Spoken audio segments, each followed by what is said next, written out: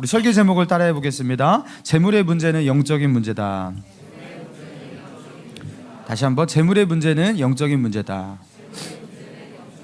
예, 재물의 문제는 영적인 문제다라는 제목으로 우리 본문의 말씀 중심으로 하나님의 은혜 나누기 원합니다. 예수님의 산상수훈입니다. 마태복음 5장에서 시작해서 7장까지 이어지거든요. 제가 6장 설교하다가 7장으로 건너뛰어서 6장의 이 마지막 부분을 설교하지 않았었어요. 그래서 이번에는 2주간 동안 6장의 이 마지막 부분을 다루고요. 그리고 7장으로 넘어가서 상산수훈이 그렇게 끝날 것 같습니다. 자, 오늘 본문의 19절과 20절을 다시 한번 읽어볼까요? 19절 20절 시작. 너희를 위하여 보물을 땅에 쌓아두지 말라.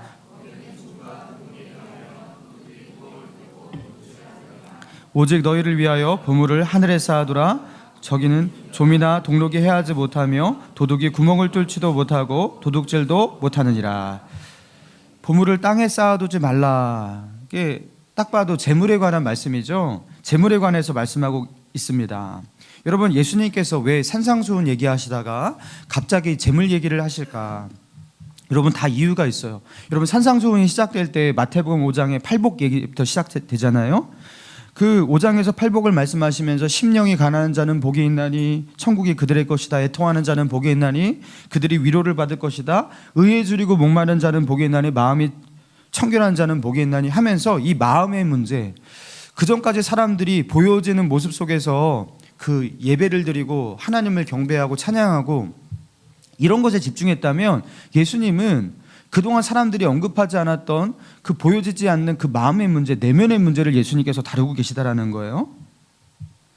그러면서 하나님이 받으시는 예배라는 것은 눈으로 보여지는 모습, 그 예배와 예배의 형식과 모양, 하나님은 그 보여지는 예배의 형식과 모양, 보여지는 순종에서 만족하지 않으시는 하나님, 예배하는 모양과 형식을 갖추고 하나님을 뜨겁게 아름답게 이렇게 화려하게 찬양하면 그 경배를 받으시는 예배 아닙니까? 이렇게 사람들은 여길지 몰라도 하나님은 그렇지 않다라는 것.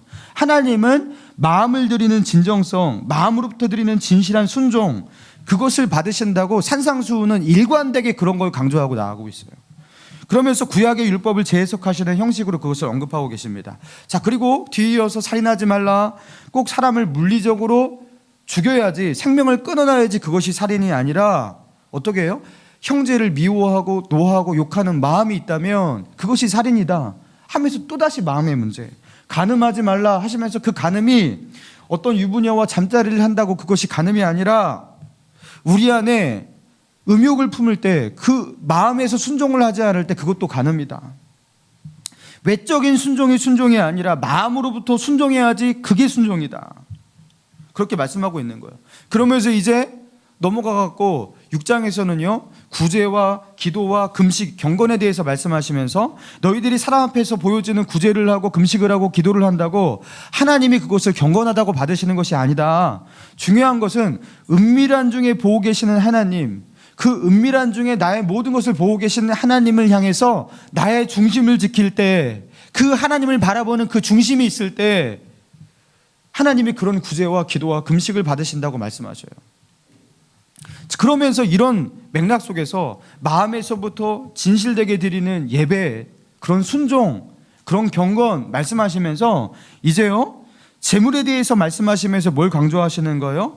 하나님을 향한 너희의 예배와 경건과 하나님을 향한 너희의 순종, 이 모든 진실성은 결국에 무엇으로 나타나야 된다?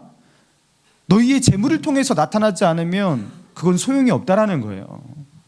그러면서 말씀하시는데, 강조하시는데 21절입니다. 자, 21절 같이 읽겠습니다. 시작. 내 보물이 있는 그곳에는 내 마음도 있느니라. 자, 내 보물이 있는 그곳에는 내 마음도 있느니라. 여러분, 이거요, 정말 명언 중에 명언 같아요. 이게 여기 성경에 쓰여 있지 않아도 세상 속에서 통용된다 하더라도 이거는 명언입니다. 왜 그렇습니까? 정말 전곡을 찌르는 말씀이죠.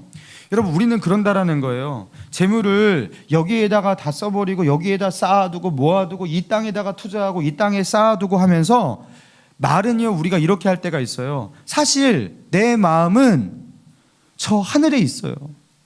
이 땅에다가 재물을 다 투자해 놓고서도 사실 제 마음은 진짜로 하늘에 있어요. 내가 먹고 살기 위해서 재물을 이 땅에서 이렇게 쓰고 재물을 벌기 위해서 이 땅에서 이렇게 살고 있지만 사실 내 마음만큼은 주님께로 가 있어요. 주님을 위해서 살고 싶어요. 주님의 영광을 위해서 살고 싶어요. 이거 진심이에요. 이렇게 말한다라는 거예요. 이런 자들을 향해서 주님은 어떻게 말씀하시는 거예요? 거짓말하지 말라고. 거짓말하지 말라고. 내 보물이 있는 그곳에 딱 그만큼 너의 마음도 있는 것이라고. 재물이 정직하게 너의 마음을 말하고 있다고 말씀하고 있는 거예요. 여러분의 마음이 어디에 가 있는지를 정확하게 측정하는 방법은요, 무엇입니까? 여러분의 돈이 어디로 흘러가고 있는지를 보시면 정확하게 여러분의 마음 상태를 볼 수가 있는 거예요. 돈이 어떻게 쓰이고 있고 어디에 모여 있고 그것이 어디에 있는지를 본다면 정확하게 나의 마음이 어디에 있는지를 그것이 나에게 보고하고 있는 거예요. 주님은 말씀하십니다. 너의 돈이 너의 자녀에게 흘러가고 있니? 그러면 너의 마음은 너의 자녀에게 있는 거야. 만약에 우리의 돈이 우리의 엔터테인먼트들, 뭐 여행을 하거나 여가를 즐기거나 취미 생활을 하거나 여기에 많은 돈이 흘러가고 있어요. 그러면 거기에 나의 마음이 가 있는 겁니다. 어떤 분은요, 돈을요 그런 데로 흘리지 않고 자기의 통장으로 부어 그 적금 통장에다가 붓고 있어요. 그래서 많은 돈이 그 통장으로 흘러가고 있어요. 여러분, 그러면 어디에 마음이 있는 거예요? 자기의 미래의 안정적인 삶에 마음이 가 있는 거예요. 만약에 나의 돈이, 재정이 어려운 사람들을 돕는 데 사용되고 있고 그것을 헌금하고 선교헌금을 하고 선교사님을 돕는 데 사용되고 있다? 그거는요 하나님의 나라의 마음이 가고 있는 거예요. 내 보물이 있는 그곳에는 내 마음도 있느니라. 여러분, 이게 그 뜻입니다. 너의 보물이 너의 마음을 말하고 있다라는 거예요. 여러분, 그러면서 예수님은 무엇을 강조하고 있는 거예요? 예배자의 진정성은 너의 재정을 통해서 확인된다, 그렇게 말씀하고 있는 겁니다. 여러분, 어떤 분은 그러실 수 있잖아요. 진짜 아니거든요. 제가 돈은 이렇게 쓰고 있지만 마음만은 그렇지 않아요. 제가 하나님을 제일로 사랑하고 있습니다. 하나님의 영광을 제일로 추구하고 있습니다. 진짜예요. 제가 언젠가는 그렇게 할걸요? 이러면서, 그죠? 이것이 나의 목적이고 존재의 이유라고 아무리 여러분이 그렇게 말씀하신다 하더라도 주님은 말씀하셔요. 너의 재물이 말하고 있다. 너의 재물이 있는 그곳에 너의 마음도 있는 것이다. 여러분, 이어서 그 재물의 문제가 왜 그렇게 중요하고 예수님께서 이것을 왜 강조하시는지를 22절 이하에 말씀하고 있거든요. 자, 22절 보세요.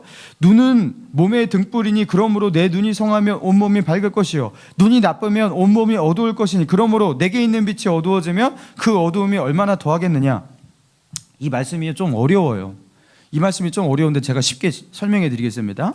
여러분, 눈이 몸의 등불이래요. 지금 이거 비유로 설명하고 계시는 거예요. 그래서 눈이 몸의 등불과 같아서 만약에 여러분 눈이 건강하고 시력이 좋고 밝으면요 어떻게 합니까? 그 눈으로 머리카락 하나, 먼지털 하나, 먼지 하나 다 집어내잖아요.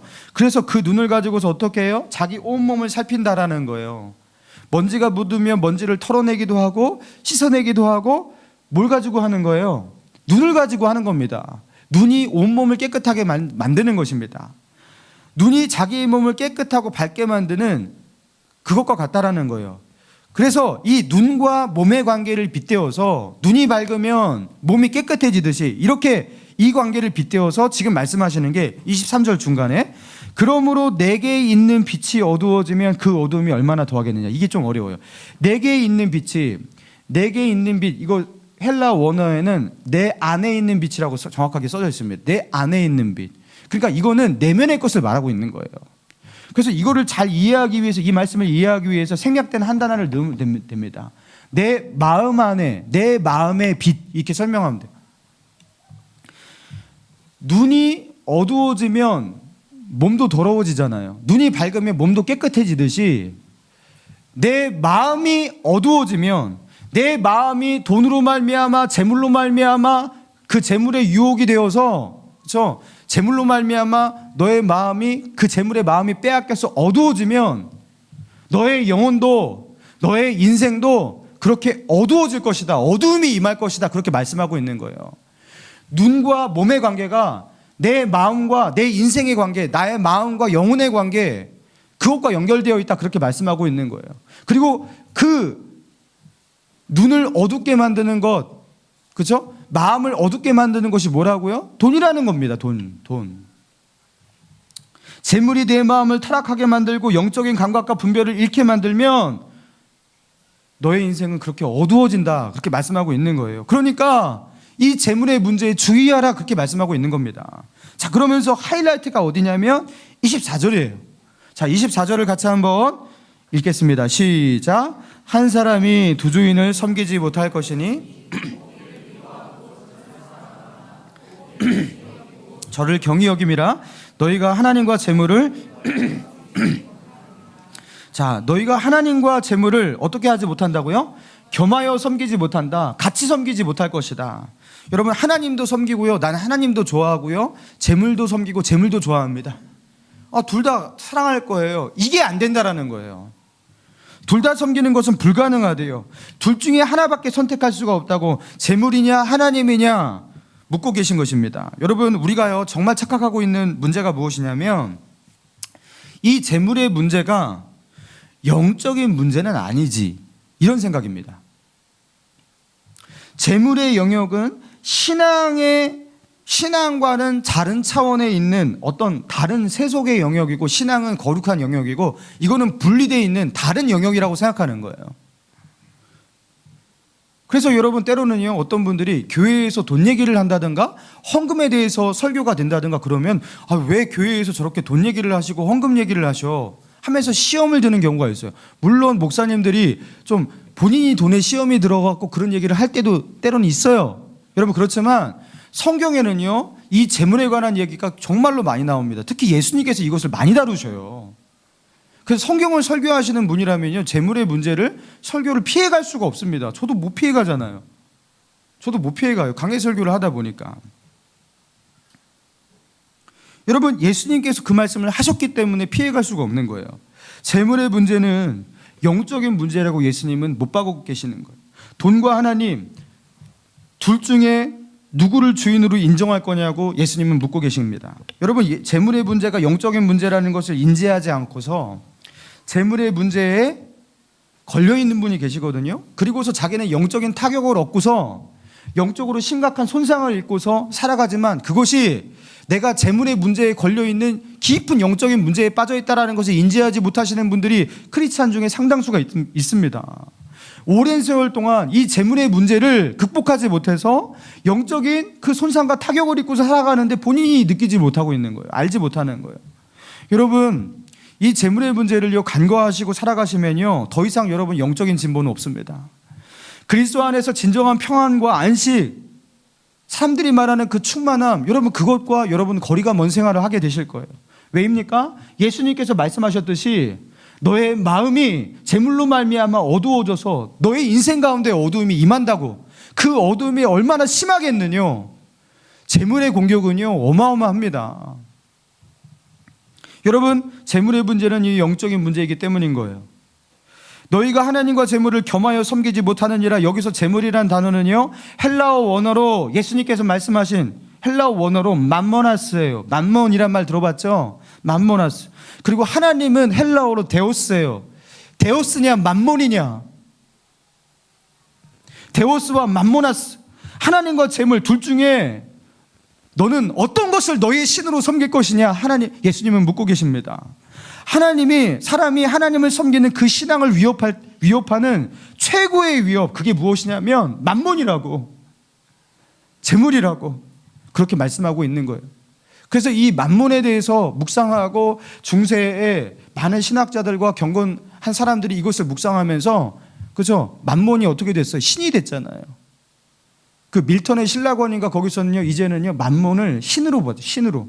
왜냐하면 하나님을 대적할 수 있는 가장 큰 세력을 맘몬으로 본 거예요. 재물. 여러분, 지난 1월에 보도가 된 내용이고 실제로 일어난 일인데요, 호주에서 유학 생활을 하던 21살의 말레이시아 여대생이 있었습니다. 근데 이 21살의 말레이시아 여대생이 호주에서 유학 생활 중에서 이제 고국인 이제 말레이시아로 잠시 가기 위해서 시드니 국제공항에 들어섰습니다. 근데 거기서요 경찰이 들이닥쳐서 이 친구를요 체포를 했어요. 그녀가 붙잡힌 죄는요 다른 것이 아니라 자기 돈도 아닌 50억 원의 돈을요 자기 돈같이 써서 3년간 탕진했다는 제목이었어요. 사건의 경위는 이렇습니다. 이 붙잡힌 여대생이요 말레이시아의 중산층에 속하는 평범한 가정의 자제래요. 18살의 시드니에 그 호주에 있는 시드니의 한 대학교에 이제 들어가게 됐고 거기서 화학공학을 전공을 했어요. 그런데 어느 날 학교 옆에 위치한 그 월세 아파트, 자기의 월세 아파트에 그 월세를 내기 위해서 통장에 돈을 뽑거든요. 근데 통장에 돈을 뽑는데 실수로 한 번 더 이렇게 인출을 누른 거예요. 근데 한 번 나왔던 돈인데 분명히 잔고가 없는데 또 돈이 나옵니다. 그래서 희한하다. 어떻게 돈이 나오지? 하면서 시험 삼아서 계속 돈을 뽑아보니까 이거는요 무한대로 돈이 인출기에서 나오기 시작하는 거예요. 그러면서 깨닫게 된 게 이건 마이너스 무한대 통장이구나 하면서 이게 웬 떡이야 하면서 그때부터요 돈을 막 뽑아서 쓰기 시작하는데 어떻게 했냐면요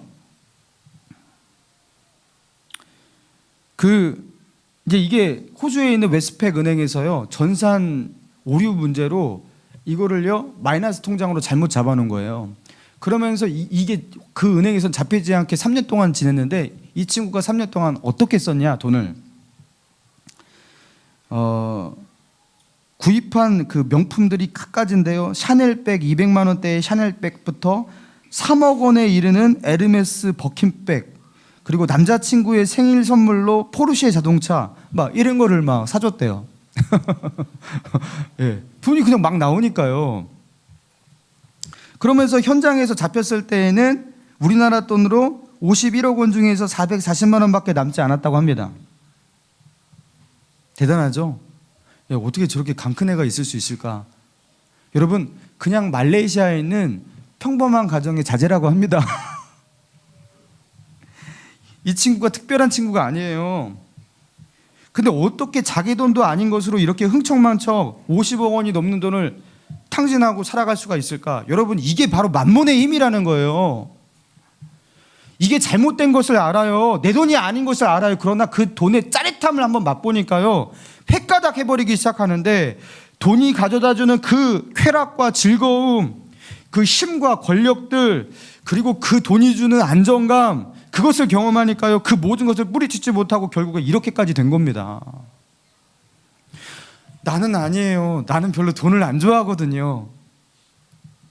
그렇게 말씀하시는 분이 여기 여럿 있으실 것 같은데 여러분 만몬은 그렇게 만만한 상대가 아닙니다. 제가 전에도 주일날 언젠가 설교할 때 그렇게 물어본 적이 있었던 것 같아요. 여러분이 돈을 사랑하지 않는다고 말하지만 돈을 얼마나 사랑하는지 제가 측정하는 질문을 던질게요. 여러분 주일날 딱 하루만 더도 아니에요. 딱 하루만 교회에 나오지 않고 딱 하루만 주일 성수를 어기고 회사 나와서 반나절만 일하는데 그 자유예요. 나와도 되고 안 나와도 되는데 반나절만 일하면 그냥 100만 원 보너스로 얹어준다. 여러분 나오겠어요? 안 나가겠어요?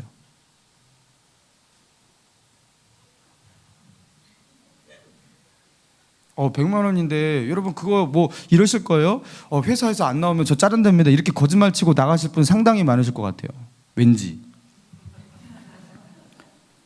근데 이 가운데서 그러실 거예요. 고개 저으면서 어림도 없어요. 저는 100만 원에 하나님을 예배하는 것과 바꿀 수가 없습니다. 그렇게 하시는 분에게 묻겠습니다. 1억을 준다면요? 아파트를 준다면요? 평생 먹고 살 수 있는 직장을 평생 보장하고 연금도 보장한다면요? 한번 할 수 있죠. 여러분 돈을 안 사랑하는 사람 없어요. 만몬은 우리가 생각하는 것보다 훨씬 힘이 셉니다. 우리는 돈에 진짜로 약한 사람이라는 것 인정해야 한다는 거예요. 제가 청년부 사역할 때 청년들도 마찬가지 이게 그 청년들 리더들 모아놓고 이 청년들이요 주일 성수 문제를 가지고 상담을 할 때가 진짜 많아요. 뭐 여러 가지가 많죠. 뭐 알바 문제부터 그리고 청년들이 이제 그 20대 중반 이상 되는 청년들은요 친구들이 결혼을 해요. 그럼 친한 친구가 결혼을 하는데 결혼식에 안 가기가 그렇죠. 불신자 친구들은 주일날 결혼을 하잖아요. 그러니까 이걸 어떻게 해야 하냐고 이것 가지고 물으러 오는 청년들도 상당히 많았어요. 제가 그래서 이것 때문에 고민을 참 많이 했습니다. 그래서 제가요, 어떤 솔루션을 청년들에게 제시했냐면, 제가 그랬어요. 얘들아, 그래, 친구 관계를 그것 때문에 그렇게 이뤄서는 안 되니까 우리 이렇게 해보자. 그 친구를 결혼하기 전에 미리 사전에 만나갖고 다른 친한 친구들이 내는 축의금의 2배의 액수를 그 봉투에 넣어. 그리고 그 친구에게 주면서, 친구야, 나 너 사랑하는 거 알지? 내가 주일날 정말 맡은 게 있고 중요한 일이 있어서 나는 교회 가야 돼.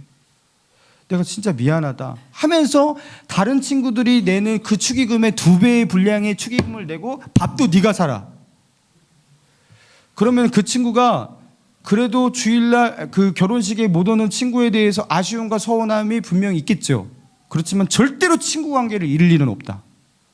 왜냐하면 그 돈이 그 진정성을 증명하니까요. 실제로 이렇게 해서 이거를 극복한 친구들도 있었어요. 근데 상당수는 못하는 친구들도 많았어요. 왠지 아십니까? 제가 실제로 들었어요. 그 친구한테 축의금을 2배를 내는 게 너무 힘들대요. 그 5만 원 줘야 될 친구인데 10만 원을 내기가 너무 어렵대요. 그래서 자기는 그냥 가면 안 되냐요. 여러분, 우리는요, 생각보다 돈에 진짜 약합니다. 여러분, 우리 그리고 어떻게 이 모양인데 우리 어떻게 이게 돈에 약한데, 만문의 힘, 돈의 힘, 이게 나의 신앙에 위협을 가한다라는 것, 이게 어마어마한 힘이라는 거, 여러분 일단 이것을 인지하고 이 문제를 어떻게 대하라고요? 이 문제는 영적인 문제라는 거예요. 영적인 문제. 그리고 영적 전쟁을 선포하라는 거예요. 여러분, 욥기 1장에 보면요, 하나님이 사탄을 향해서 이렇게 자랑해요. 욥을 두고 욥기 1장 8절에 이렇게 나옵니다. 여호와께서 사탄에게 이르시되 내가 내 종 욥을 주의하여 보았느냐? 그와 같이 온전하고 정직하여 하나님을 경외하며 악에서 떠난 자가 세상에 없느니라. 하나님께서 욥의 신앙과 욥의 경건을 자랑하세요. 욥이 얼마나 하나님을 사랑하고 경외하는지 나는 너무나 뿌듯하다. 그러니까 사탄이 어떻게 반박합니까? 욥이 어찌 까닭없이 하나님을 경외하겠습니까? 이렇게 물어요. 그러면서 이렇게 말합니다. 주께서 그와 그의 집과 그의 모든 소유물을 울타리로 두르심 때문이 아닙니까? 주께서 그의 손으로 하는 바를 복되게 하사 그의 소유물이 땅에 넘치게 하셨기 때문입니다. 이제 주의 손을 펴서 그의 모든 소유물을 치소서. 그리하시면 틀림없이 주를 향하여 욕하지 않겠나이까? 하나님께서 그의 소유물을 울타리로 두르시고 땅에 넘치게 하시니까 그가 그렇게 하나님이 축복하시는데 어떻게 하나님을 안 좋아할 수가 있겠습니까? 욥은 하나님을 조건적으로 사랑하는 거라고, 하나님이 주신 그 재물의 축복 때문에 하나님을 더 사랑하는 거라고 하면서 욥을 모함하고 욥과 하나님 사이에서 이간질을 하면서 공격을 하는데요, 이런 사탄의 도전적 발언에 대해서 하나님께서 어떻게 대응하셔요? 자, 12절 보니까 이렇게 나오거든요. 여호와께서 사탄에게 이르시되 내가 그의 소유물을 다 내 손에 맡기노라. 다만 그의 몸에는 손을 대지 말지니라. 사탄이 곧 여호와 앞에서 물러가니라. 사탄이 이제 손을 대는 거예요. 그러면서 어떻게 되는 거예요? 욥이 가지고 있는 모든 소유물을 하루아침에 다 빼앗겨요. 심지어 그의 가축, 그의 종들, 그리고 그의 자녀들의 목숨까지도 다 뺏깁니다. 하나님은요, 이 사탄의 도전적 발언에 대해서 어떻게 하셨냐면, 한번 해볼까? 진짜 욥이 정말로 그러는지 너 진짜 장담할 수 있어?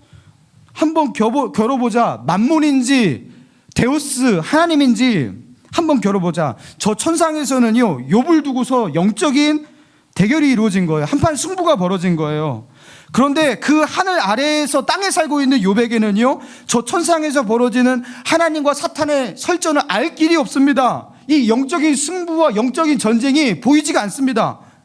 그런데 그 영적인 전쟁이 자신의 삶 가운데 어떻게 현실화되었냐면, 욥이 가지고 있는 모든 소유물을, 모든 것을 받았다가 한 번에 다 빼앗기게 되는 거예요. 알거지가 되는 그런 시련을 경험하게 되는 거예요. 그러면서 욥이 과연 믿음 가운데 살아가느냐 아니냐 이걸 지켜보게 되는 거예요. 여러분, 이 욥기서를 통해서 하나님은 우리에게 너무나 중요한 메시지를 던지고 계시는 거예요. 이 땅에서 우리가 가지고 있는 소유물들, 재물들, 이것을 대하는 우리의 태도, 여러분, 이 재물의 문제는 하늘에서 이걸 가지고서 천상의 대결이 일어날 정도로 이거는요 영적인 사안이고 영적인 문제라는 것입니다. 우리가 돈을 사랑하면 저 보세요, 하나님보다 만몬을 택하지 않습니까? 하면서 천상에서는요 하나님을 향한 참소와 이간질이 있기 시작해요. 우리가 재물을 대하는 문제, 재물의 사용 문제는요 천상에서도 중요하게 다루는 문제, 영적인 싸움의 문제라 그렇게 말씀하고 있는 거예요. 욥과 같이 하나님을 경외한다고 하는 하나님의 백성들에게는 욥에게 일어났던 것처럼 우리도 이것이 똑같이 영적인 문제라는 것입니다. 여러분, 그래서 반드시 승리하셔야 됩니다. 여러분, 재물의 문제에서 꼭 승리하시기 바랍니다. 여러분, 그래서 우리가 하나님 앞에서 실천해야 될 것 몇 가지를 제가 강조드리고 싶어요. 첫 번째, 하나님 앞에서 재물에 대해서 깨끗하시기 바랍니다. 여러분, 정직하지 못한 방법으로, 더러운 방법으로 이득을 취하셨다면 여러분 그것에서 회개하셔야 돼요. 지금까지 그렇게 살았더라도 이제 회개하고 다시는 그렇게 하지 않으시기 바랍니다. 뭐 별것도 아닌데 이거 작은 거거든요. 아니, 다들 이렇게들 하는데요, 이게 관행입니다. 그런 이유로, 다들 이렇게 한다는 이유로 나도 똑같이 불의하고 잘못된 방법으로, 잘못된 방법, 하나님이 기뻐하시라는 방법으로 이득을 취하고 있다면 그것이, 그 불법이 작은 이득이라 할지라도 여러분 그걸 가지고서 사탄은 참소하는 거예요. 여러분, 그게 영적 전쟁에서 지고 있는 거예요. 만몬에게 굴복하고 절해버린 거예요. 여러분, 우상에게 절한 거와 그게 뭐가 다르냐라는 거예요. 여러분, 불의한 방법으로, 잘못된 방법으로 이득을 취하는 것에 회개하시고 여러분 그렇게 하지 마시기 바랍니다. 두 번째입니다. 예수 그리스도를 나의 주님으로 고백하는 신자가 되시고 이제 세례교인이 되셨다면 11조의 문제에 있어서 이 11조를 의무로 대하시고 여러분 11조를 지키시기 바랍니다. 여러분, 11조의 유래, 11조를 드려야 할 근거, 여기에 대한 강론, 여러분 저는요 다 가지고 있어요. 여러분, 그때 그걸 가지고 여기서 지금 설교를 할 수가 없어요. 지금 여기서 다룰 분량이 아니기 때문에.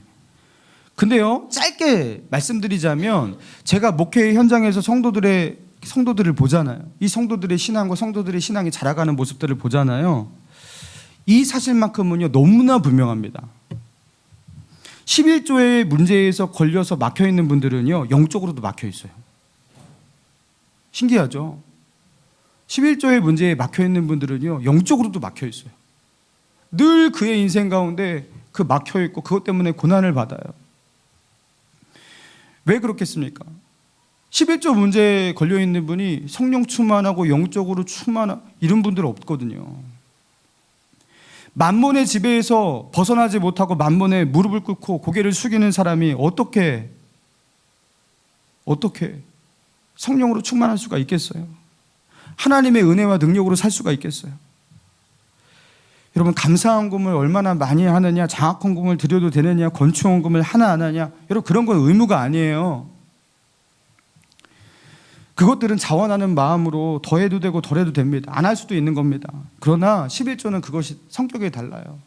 저희 교단에서는 11조를 세례교인의 의무로 정하고 있습니다. 여러분, 이거는요 내가 예수 그리스도를 믿는 믿음의 사람이라면 넘어서야 될 문제인 거예요. 세 번째, 하나님께서 허락하신 재정의 건강한 범위 안에서 돈을 벌었으면 그것을 나를 위해서만 쓰지 마시고 다른 이들과 그것을 나누는 삶을 살아가시기 바랍니다. 여러분, 하나님께서 여러분에게 수입을 주신 이유가 무엇입니까? 그것으로 그 수입을 얻어 자신의 행복만을 추구하라고 주셨겠어요? 그렇지 않아요. 그거를 야금야금 잘 모아서 결국에 아파트를 사고, 더 모았으면 더 큰 아파트를 사고, 너의 재산을 더 증식하고 불리고 안정적인 삶을, 탄탄한 삶을 한번 만들어보라, 그렇게 주셨겠냐고요. 아니면 남는 돈을 가지고 여가 생활을 마음껏 즐기면서 내가 너에게 준 이 땅의 복을 마음껏 즐기다가 오너라, 그래서 주셨겠냐고요. 여러분, 그렇지 않아요. 하나님께서 나에게 잉여의 자금을 주시고 나에게 재물을 그렇죠? 간직할 수 있는 은혜를 주신 것은 이 땅의 가난한 자들, 공고한 자들, 고통 속에 있는 자들, 그들과 나누며 살라고 하나님의 법을 순종하고 지키며 살 수 있는 기회를 우리에게 주시고 우리에게 청지기 같이 우리에게 맡겨주실 뿐이에요. 근데 그것을 내 것으로 착각하면서 나를 위해서 이기적으로 사용하고 있는 거예요. 여러분, 아파트를 적당히 늘리시기 바랍니다. 뭐 그렇게 크게 들려요? 결국 자식들 장가가면은 둘이서 살 건데, 그렇지 않아요? 할렐루야! 갑자기 표정이 어두워지는 것 같아서.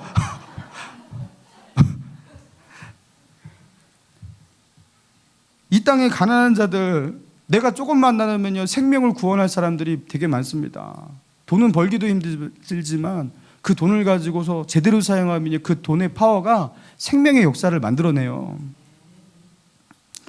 천국 백성, 하나님을 섬기는 하나님의 백성들은 재물을 사용하는 모습을 통해서도 자신의 신앙의 진실성을 증명해내야 되는 거예요. 하나님, 나는 하나님의 백성 맞습니다. 자, 보십시오. 내가 당신이 주신 재물을 이렇게 사용하고 있지 않습니까? 여러분, 그리고 마지막 네 번째입니다. 재정적으로 어려움을 겪고 계시는 분들, 재정적으로 궁핍과 곤란한 처지에 있으신 분들에게 말씀드립니다. 돈이 없어서 궁핍하고 힘드십니까? 돈이 자기에게 유혹이 되고, 그리고 처리해야 할 그 재정이 들어와야 되는데 그게 없어갖고 발을 동동 구르는 어떤 이 재정적인 압박 가운데 있는 분들이 있을 거예요. 여러분, 그런 어떤 어려움에 직면하시는 분들,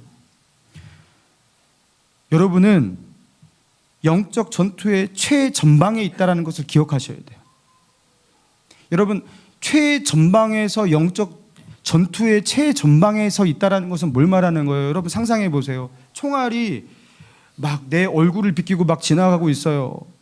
총알이요, 내 심장을 관통하면서 나아갈 수 있는 그 빗발치는 그런 전투의 현장 가운데 내가 조금만 긴장을 잃고 방심하고 힘을 빼버리면 목숨을 잃게 되는 그런 영적 전투의 최전방, 그 싸움의 현장 가운데 내가 서 있다는 것을 인지하라는 거예요. 거기서 내가 까딱 방심하고 만몬에게 고개를 숙이고 내가 만몬에게 무릎을 꿇어버리면 내가 가지고 있는 신앙에요 어마어마한 타격이 옵니다. 내가 지금까지 쌓아왔던 모든 신앙의 고백들을 한 번에 다 물거품으로 만들어버리는 그 최전방의 전투의 현장이 그 만몬과의 싸움이라는 걸 여러분 기억하셔야 돼요. 거기에 고개를 숙이느냐 아니냐, 여러분, 이거는요 내 영적인 생명과 또 하나님 나라의 백성의 자존심과 모든 것이 달린 일이에요. 고개를 숙이지 마시기 바랍니다. 제가 그 헌금의 11조에 대해서 설교를 참 잘하시는 김동호 목사님, 그분의 설교를 듣다가 그분이 그런 말씀을 하시더라고요. 그분이 이제 집회에 가면 꼭 11조에 대해서 강조하시는 설교를 하시는 분인데, 그러니까 한 번은 부흥 집회에서 이제 끝나고서 한 애기 엄마가 연락이 왔어요. 자기는 아이의 분유 사 먹일 돈도 없습니다. 근데 11조를 어떻게 합니까? 근데 그 말을 듣는데 가슴이 찢어지더래요. 그래서 그렇게 말씀하셨대요. 하나님 그거 받지 않으신다고. 아이 분유값을 받으시겠냐고. 괜찮다고. 그것 때문에 그렇게 힘들다면 그렇게 하지 말라고. 11조 하지 말라고. 그렇게 말씀드렸대요. 근데 마지막에 그렇게 했대요. 근데 나라면, 내가 그 상황 가운데 있다면 나는 하나님을 벼랑 끝까지 한번 내가 몰고 가보겠어. 나는 한번 그래도 해보겠다라는 거예요. 진짜 하나님께서 살아계신 하나님이라면 어떻게 하시는지 그 속에서 내가 한번 해보겠다고. 여러분, 그래서 분유값까지도, 그죠, 그것을 떼어서 드리는 11조를 드렸대요. 여러분, 어떻게 되었을까요? 하나님께서 어떤 은혜를 주셨을까요? 재정적으로 회복이 되었을까요? 아니래요. 더 어려워졌대요. 삶이 나아지지가 않았대요. 그러면서 더 거세게 고난이 다가옵니다. 근데 결국에 그 일 가운데 승리를 했어요. 나중에는. 그리고서 나중에 하나님께서 주시는 회복이 있었어요. 여러분, 이게 만만하지가 않아요. 우리가 하나님 앞에서 이 재정적인 문제에서 믿음을 지킨다라는 것이 결코 쉽지가 않습니다. 여러분, 그런데 싸워볼 만한 일입니다. 싸울 만한 일입니다. 여러분, 하나님을 섬기느냐, 만몬을 섬기느냐, 어디에 고개를 숙이느냐, 그 기로에 있다라는 거 여러분 꼭 기억하시고, 그 영적인 싸움 속에서 하나님께서 우리를 지켜보고 계신다라는 거 기억하시고, 여러분 하나님을 의지하시고, 하나님은 반드시 우리에게 피할 길을 주시고 결국에 믿음으로 승리할 것을 믿고 의지하면서 꼭 승리하는 저와 여러분의 삶 되기를 주님의 이름으로 축원합니다. 우리 기도하겠습니다.